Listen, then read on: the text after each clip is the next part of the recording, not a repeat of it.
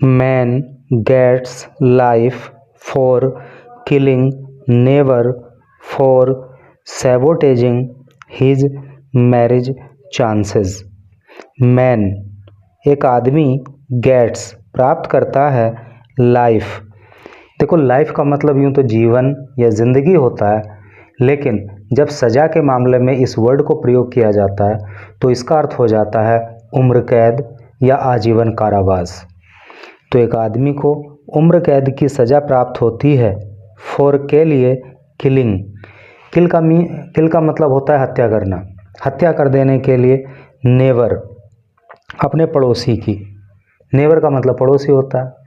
और क्यों हत्या उसने कर दी? फॉर के लिए सैबोटेजिंग। सैबोटेज का मतलब होता है तुड़वा देना या ख़राब कर देना या बिगाड़ देना। तुड़वा देने के लिए हिज उसके मैरिज चांसेस, जो शादी के अवसर थे, जो शादी के प्रस्ताव थे।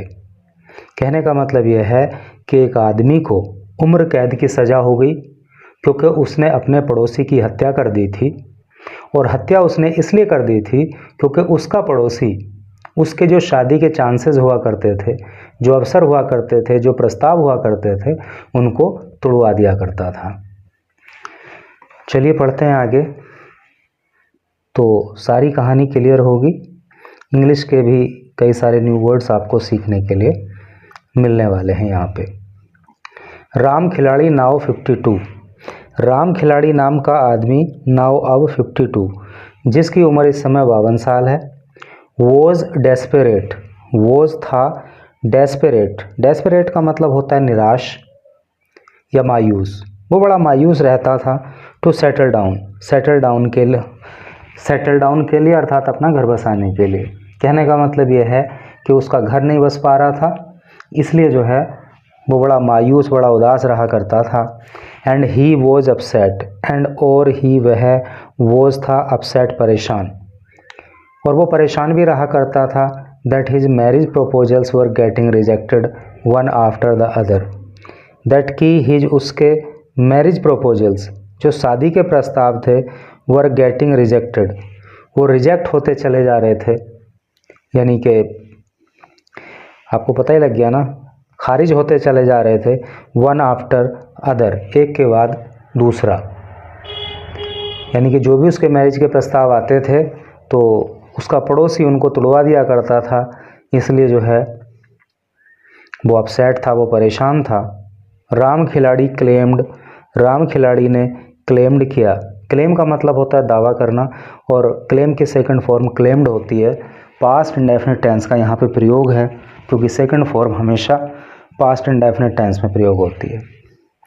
तो राम खिलाड़ी क्लेम्ड, राम खिलाड़ी ने दावा किया। He was mentally unsound.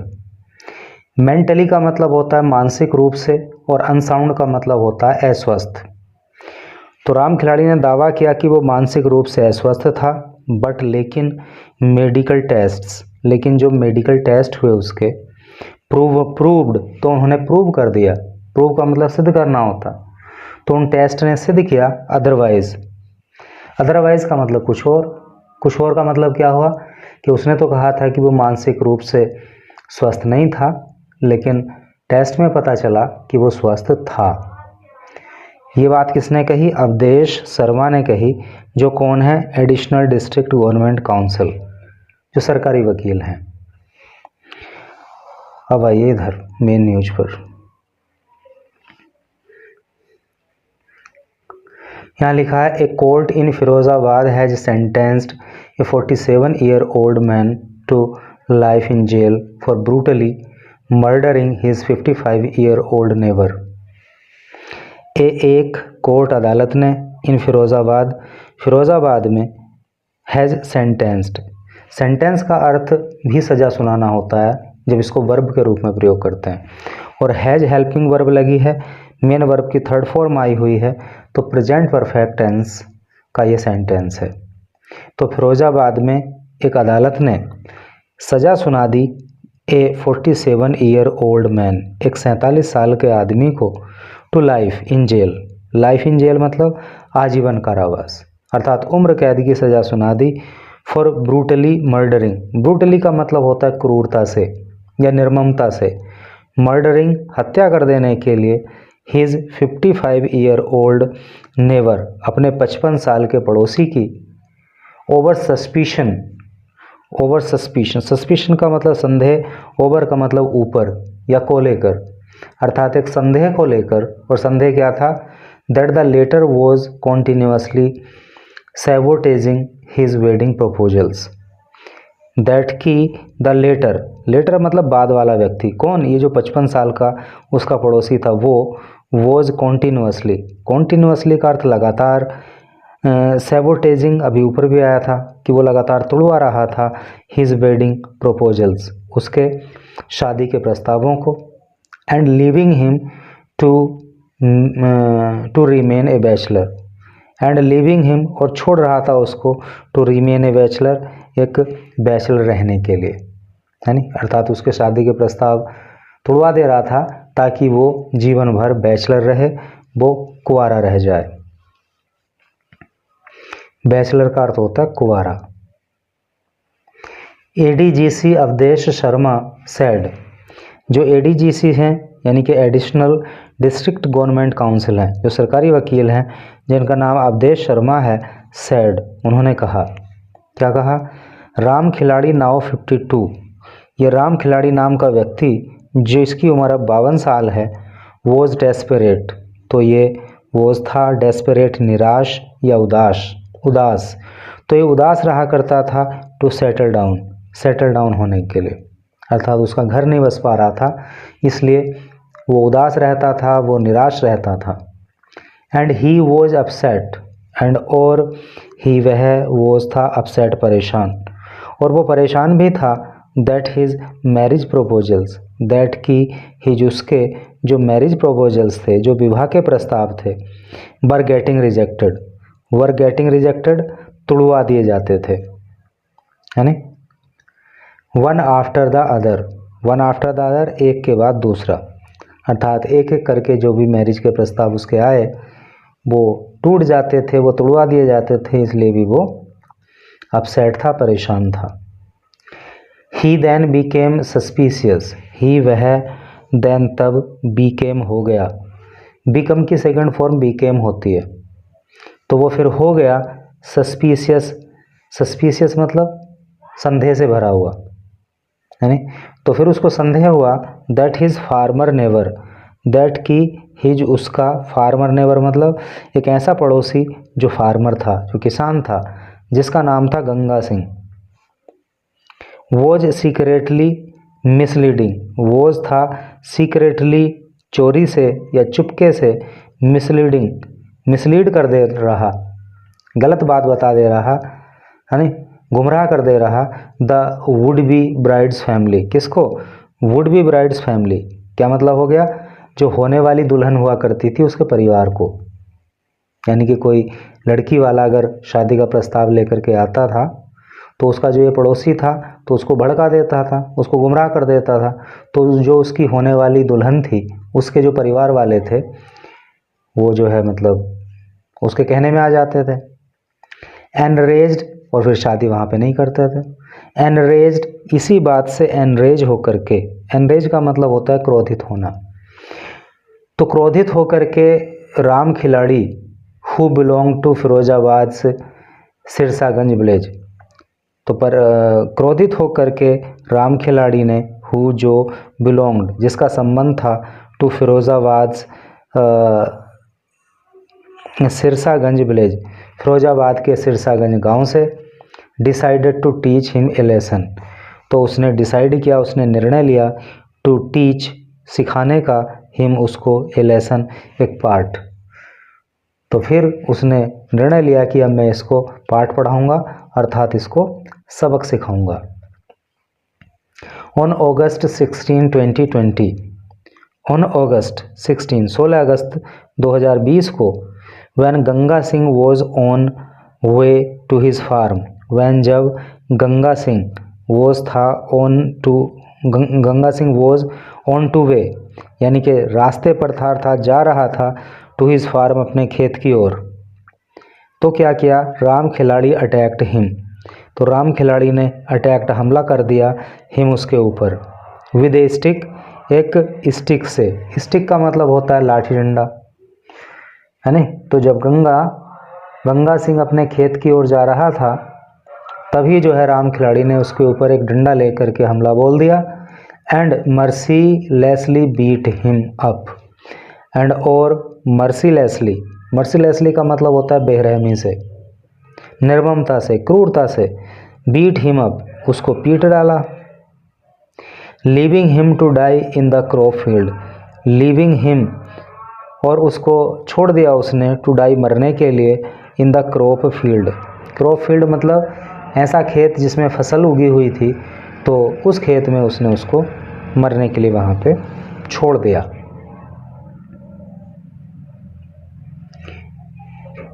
फिर क्या हुआ, Singh who suffered had injuries, और ये जो सिंह था अर्थात जो गंगा सिंह था, हु, जिसे, suffered, head injury, head injury का मतलब होता है सिर की चोट, और सफ़र हेड इंजरी का मतलब हो गया सिर पर चोट लगना।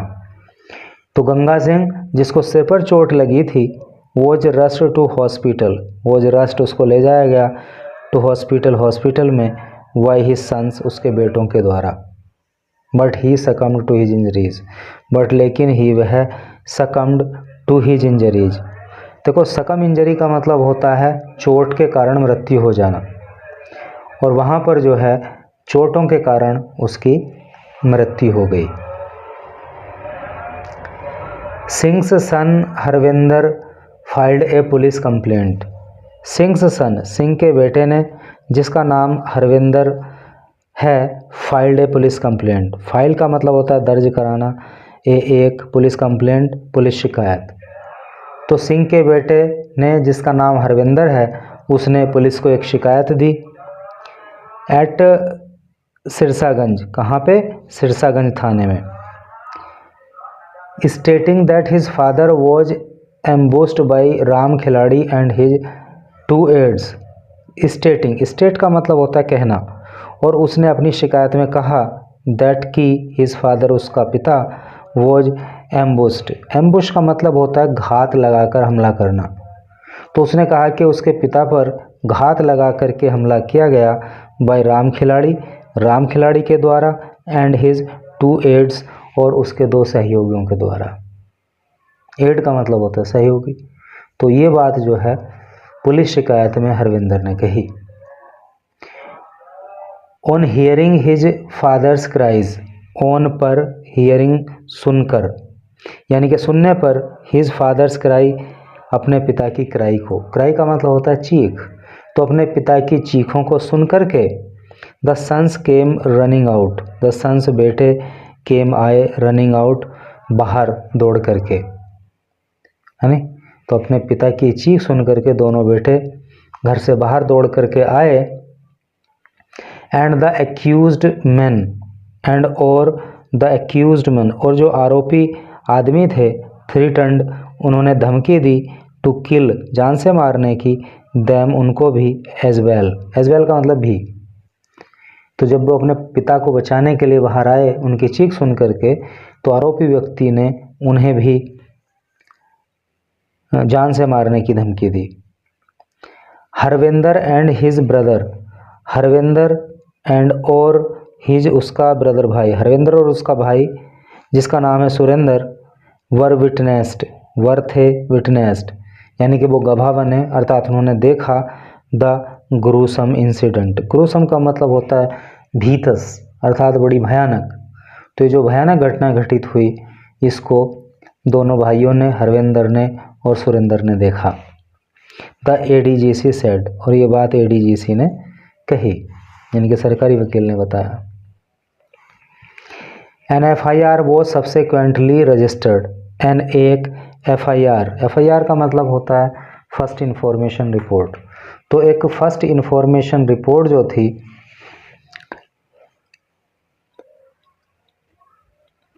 सब्सिक्वेंटली का मतलब होता है बाद में, रजिस्टर्ड मतलब दर्ज की गई। देखो वोज आ रहा है और मेन वर्ब रिपोर्ट, रजिस्टर के रजिस्टर्ड आ रही है। तो जब वोज या वर आ जाए और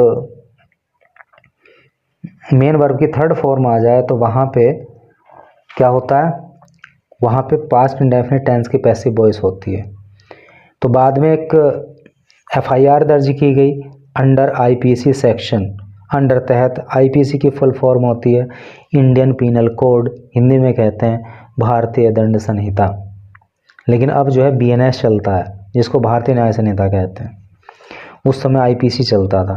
तो IPC की सेक्शन अर्थात IPC की धारा, कौन सी धारा में शिकायत दर्ज की, वो FIR दर्ज की गई 302, जो किस लिए लगती है थी, मर्डर के लिए। And A charge sheet was filed against Ram Khiladi and और ए चार्ज शीट, एक आरोप पत्र वॉज था फाइल्ड, दाखिल किया गया, ये दर्ज किया गया अगेंस्ट राम खिलाड़ी के खिलाफ। Who remained in jail, who जो रिमेंड रहा इन जेल, जेल में, जो कि जेल में ही रहा। हिज अननोन एड्स, हिज उसके, अननोन जिनका पता नहीं चल पाया, एड्स सहयोगी, तो उसके जो सहयोगी थे जिनका पता नहीं लग पाया, could not be traced through, could not be traced, trace का मतलब होता है पता लगाना, दो, तो हालांकि उनका तो पता लग नहीं पाया वो कौन थे। ADGC शर्मा सेड, जो ADGC शर्मा हैं उन्होंने कहा, क्या कहा, ड्यूरिंग द ट्रायल, ड्यूरिंग का अर्थ होता है दौरान, ट्रायल का मतलब होता है कार्यवाही, जो अदालत के अंदर कार्यवाही चलती है उसको ट्रायल कहते हैं। तो ट्रायल के दौरान, यानी कि जब मुकदमा चल रहा था उस दौरान, राम खिलाड़ी क्लेम्ड, राम खिलाड़ी ने क्लेम्ड, दावा किया था, क्या, ही वॉज मेंटली अनसाउंड, ही वह वॉज था मेंटली मानसिक रूप से, अनसाउंड का मतलब अस्वस्थ, तो उसने बताया था कि वो मानसिक रूप से अस्वस्थ था। But medical test proved otherwise, but लेकिन मेडिकल टेस्ट, लेकिन जो मेडिकल टेस्ट हुए, प्रूव्ड उन्होंने सिद्ध किया, अदरवाइज, अदरवाइज का मतलब अन्यथा अर्थात कुछ और, तो मेडिकल टेस्ट में पता चला कि वो मानसिक रूप से अस्वस्थ नहीं था।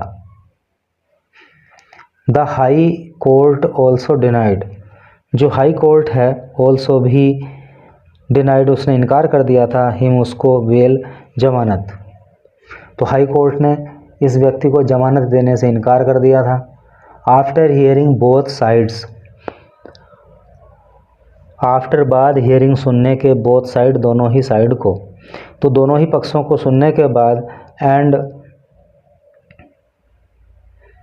रिव्यूइंग, रिव्यू का मतलब होता है समीक्षा करना, और समीक्षा करके आई विटनेसेस, चश्मदीद गवाहों की, चश्मदीद गवाह कौन सा होता है, जिसने घटना को अपनी आंखों से देखा होता है, तो चश्मदीद गवाहों को सुनने के बाद, चश्मदीद गवाह के अकाउंट्स, अकाउंट का मतलब एक तरह से यहाँ पे बयान मान लो, तो जो चश्मदीद गवाह थे उनके जो बयान है उनकी समीक्षा करने के बाद, एंड मेडिकल रिपोर्ट्स, और जो मेडिकल रिपोर्ट थी उसको देखने के बाद, the court of additional session जज, द कोर्ट अदालत, ऑफ की एडिशनल अतिरिक्त, सेशन जज मतलब सत्र न्यायाधीश, तो अतिरिक्त सत्र न्यायाधीश की जो अदालत है, और कौन है वो न्यायाधीश, सर्वेश कुमार पांडे, उन्होंने क्या किया, सेंटेंस्ड, सज़ा सुना दी राम खिलाड़ी को टू लाइफ